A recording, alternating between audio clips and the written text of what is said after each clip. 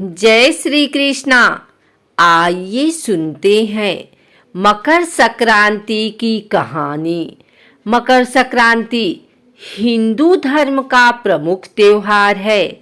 यह पर्व पूरे भारत में किसी न किसी रूप में मनाया जाता है। पौष मास में जब सूर्य मकर राशि पर आता है तब इस संक्रांति को मनाया जाता है।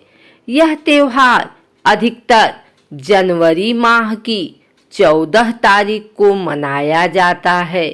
कभी-कभी यह त्योहार 15 को भी हो सकता है। यह इस बात पर निर्भर करता है कि सूर्य कब धनु राशि को छोड़कर मकर राशि में प्रवेश करता है। इस दिन से सूर्य की उत्तरायण गति आरंभ होती है और इसी कारण इसको उत्तरायणी भी कहते हैं। मकर संक्रांति से कई पौराणिक कथाएं जुड़ी हुई हैं। कहा जाता है कि इस दिन भगवान सूर्य अपने पुत्र शनि से मिलने स्वयं उनके घर जाया करते हैं।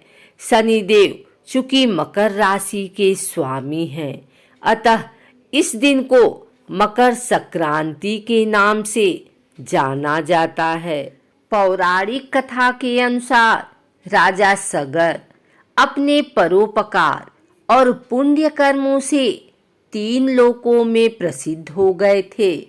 चारों ओर उनका ही गुणगान हो रहा था। इस बात से देवताओं के राजा इंद्र को चिंता होने लगी कि कहीं राजा सगर स्वर्ग के राजा न बन जाएं। इसी दौरान राजा सगर ने अश्वमेध यज्ञ का आयोजन किया। इंद्रदेव ने अश्वमेध यज्ञ का घोड़ा चुराकर कपिल मुनि के आश्रम के पास बांध दिया। अश्वमेध यज्ञ का घोड़ा चोरी होने की सूचना पर राजा सगर ने अपने सभी 60,000 पुत्रों को उसकी खोज में लगा दिया।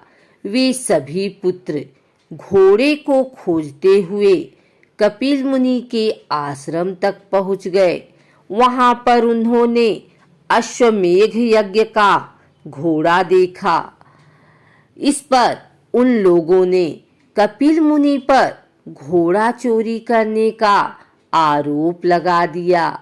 इससे क्रोधित होकर कपिल मुनि ने राजा सगर के सभी 60,000 पुत्रों को श्राप से जलाकर भस्म कर दिया।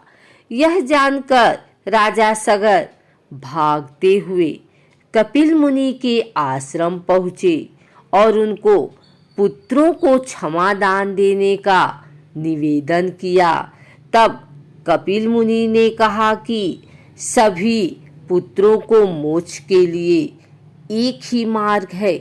तुम मोक्षदायिनी गंगा को पृथ्वी पर लाओ। राजा सगर के पोते राजकुमार अंशुमान ने कपिल मुनि के सुझाव पर प्रण लिया कि जब तक माँ गंगा को पृथ्वी पर नहीं लाते तब तक उनके वंश का कोई राजा चैन से नहीं बैठेगा। वे तपस्या करने लगे।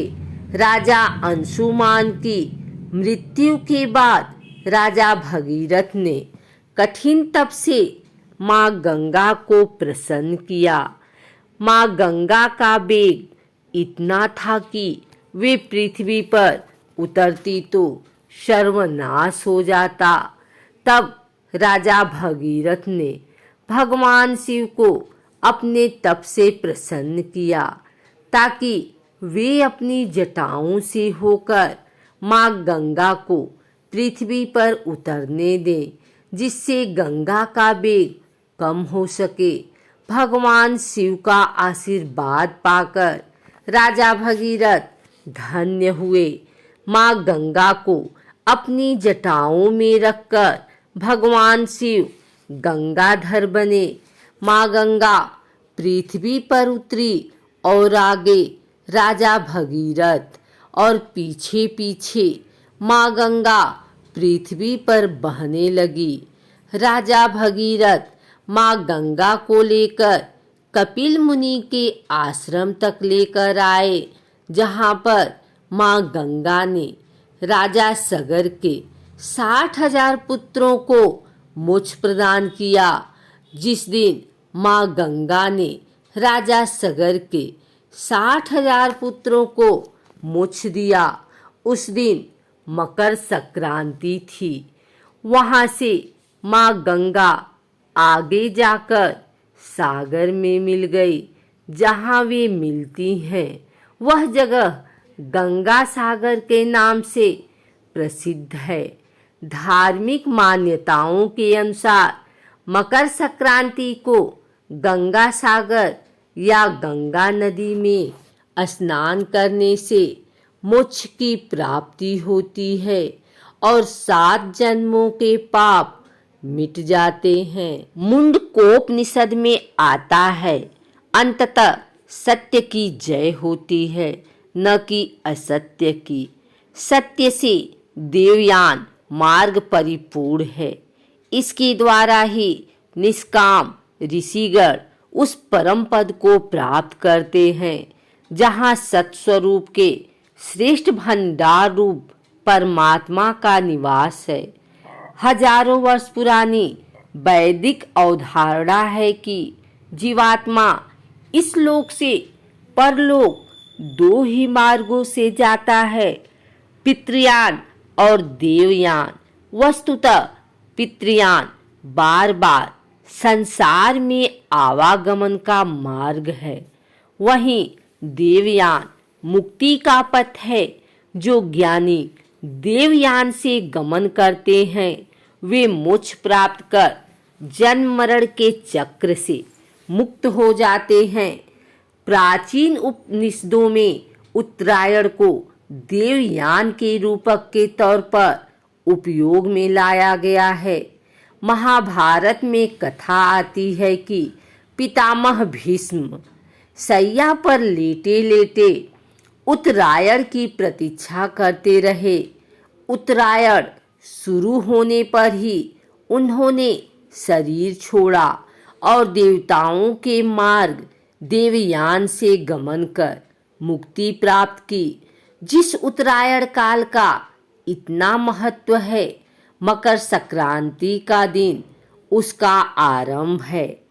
अगर रूपक को गहराई से समझें तो पाएंगे कि यह पर्व देवयान का द्वार है, जिसके माध्यम से आप ब्रह्मांडीय चेतना से तादात्म्य स्थापित कर सकते हैं।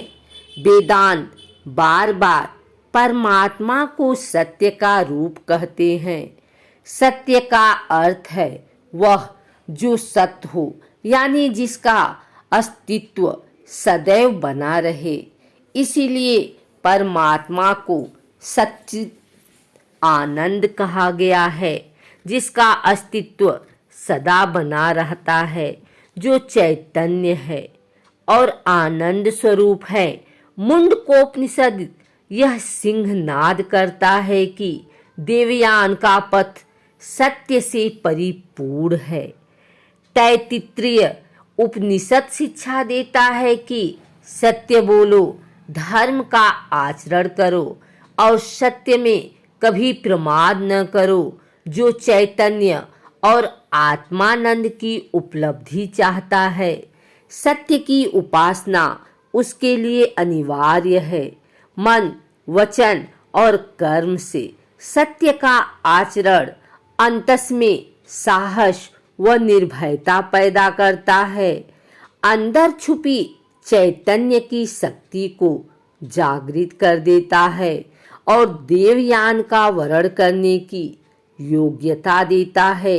रूपक के भीतर गहराई से देखेंगे तो पाएंगे कि मकर संक्रांति का त्योहार उत्तरायण का आरंभ याद दिलाता है, देवयान का द्वार बताता है, मुक्ति का मार्ग दिखाता है।